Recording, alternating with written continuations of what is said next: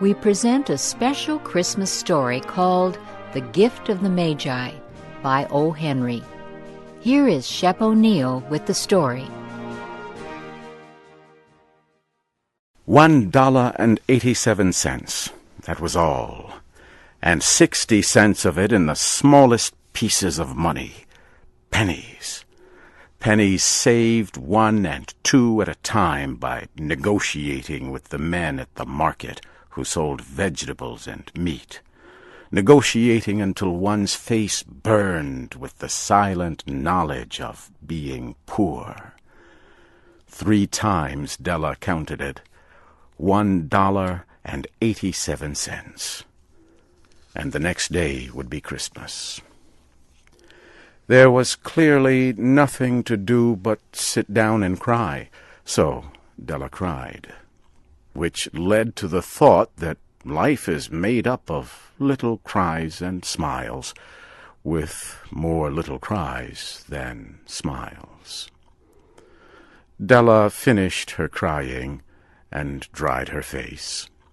She stood by the window and looked out, unhappily, at a gray cat walking along a gray fence in a gray backyard. Tomorrow would be Christmas Day, and she had only $1.87 to buy her husband Jim a gift. She had been saving every penny she could for months, with this result. Jim earned $20 a week, which does not go far. Expenses had been greater than she had expected. They always are. Many a happy hour she had spent planning to buy something nice for him, something fine and rare, something close to being worthy of the honor of belonging to Jim. There was a tall glass mirror between the windows of the room. Suddenly Della turned from the window and stood before the glass mirror and looked at herself. Her eyes were shining, but her face had lost its color within 20 seconds. Quickly she pulled down her hair and let it fall to its full length.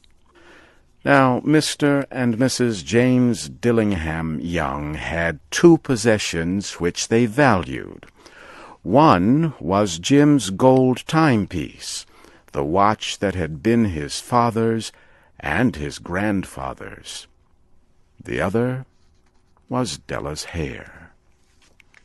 Had the Queen of Sheba lived in their building, Della would have let her hair hang out the window to dry, just to reduce the value of the Queen's jewels. So now Della's beautiful hair fell about her, shining like a brown waterfall. It reached below her knees and made itself almost like a covering for her. And then quickly she put it up again. She stood still while a few tears fell on the floor. She put on her coat and her old brown hat. With a quick motion and brightness still in her eyes, she danced out the door and down the street. Where she stopped, the sign read, Madame Sophronia, hair goods of all kinds. Della ran up the steps to the shop, out of breath. "Will you buy my hair?" asked Della. "I buy hair," said Madame. "Take your hat off, and let us have a look at it." Down came the beautiful brown waterfall of hair. $20, said Madame, lifting the hair with an experienced hand. "Give it to me quick," said Della.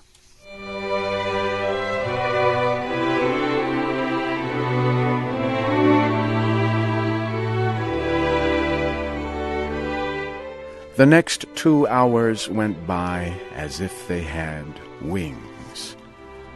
Della looked in all the stores to choose a gift for Jim. She found it at last. It surely had been made for Jim and no one else. It was a chain, simple round rings of silver.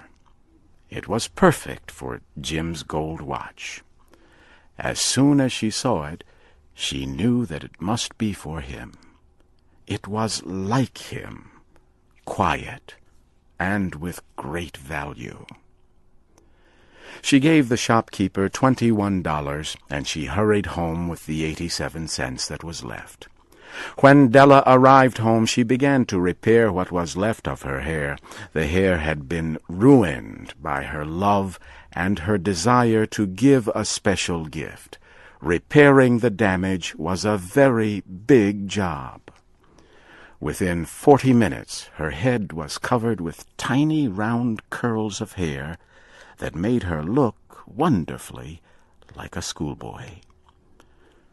She looked at herself in the glass mirror long and carefully.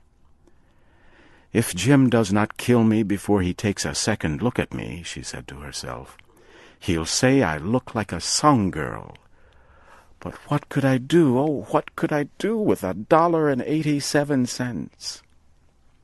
At 7 o'clock that night, the coffee was made, and the pan on the back of the stove was hot and ready to cook the meat. Jim was never late coming home from work. Della held the silver chain in her hand and sat near the door.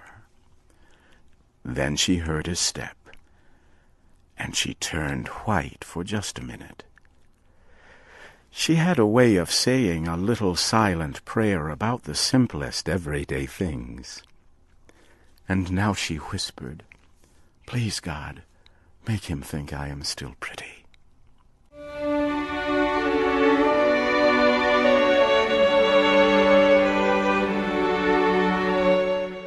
The door opened and Jim stepped in. He looked thin and very serious.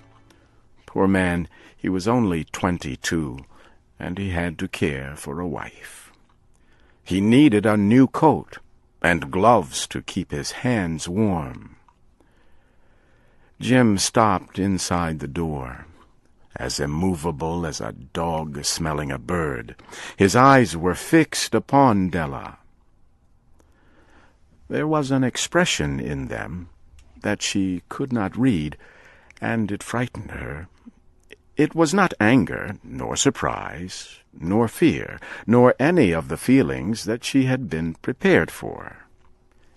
He simply looked at her, with a strange expression on his face. Della went to him. "Jim, my love," she cried, "do not look at me that way. I had my hair cut and sold because I could not have lived through Christmas without giving you a gift. My hair will grow out again. I just had to do it. My hair grows very fast. Say Merry Christmas, Jim, and let us be happy. You do not know what a beautiful, nice gift I have for you."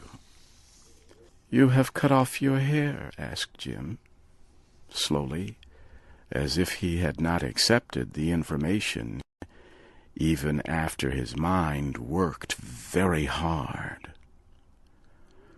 "Cut it off and sold it," said Della. "Do you not like me just as well? I am the same person without my hair, right?" Jim looked about the room as if he were looking for something. "You say your hair is gone?" he asked. "You need not look for it," said Della. "It is sold, I tell you, sold and gone too. It is Christmas Eve, boy. Be good to me, for it was cut for you. Maybe the hairs of my head were numbered," she went on with sudden serious sweetness, "but nobody could ever count my love for you. Shall I put the meat on, Jim?" Jim seemed to awaken quickly and put his arms around Della. Then he took a package from his coat and threw it on the table. "Do not make any mistake about me, Dell," he said. I do not think there is any haircut that could make me like my girl any less. But if you will open that package, you may see why you had me frightened at first." White fingers quickly tore at the string and paper. There was a scream of joy, and then, alas, a change to tears and cries, requiring the man of the house to use all his skill to calm his wife.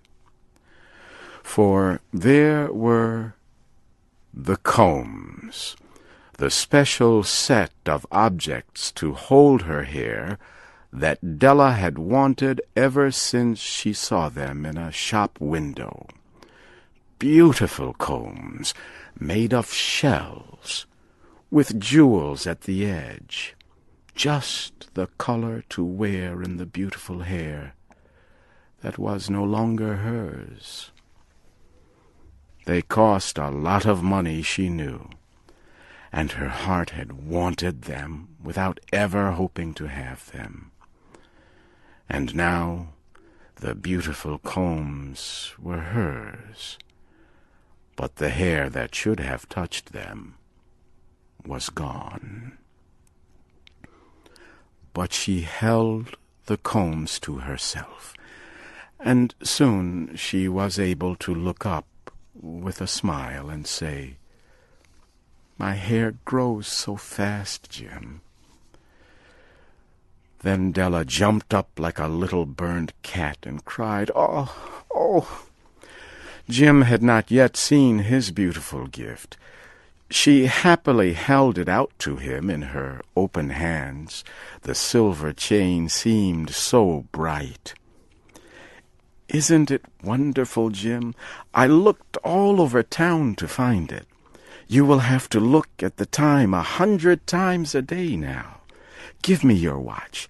I want to see how it looks on it." Instead of obeying, Jim fell on the couch and put his hands under the back of his head and smiled.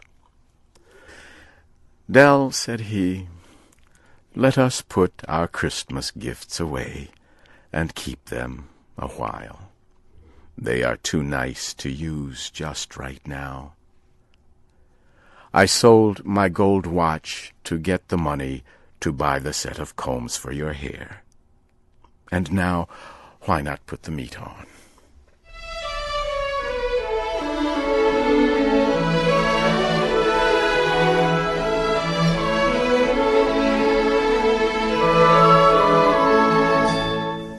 The Magi were wise men, wonderfully wise men, who brought gifts to the baby Jesus. They invented the art of giving Christmas gifts. Being wise, their gifts were wise ones.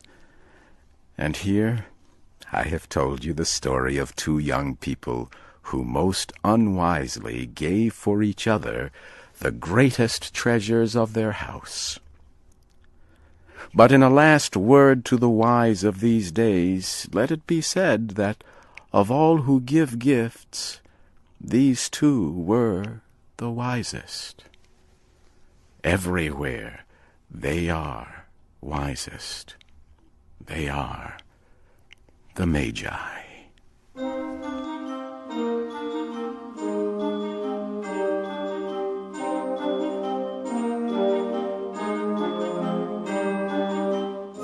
You have heard the American story, The Gift of the Magi.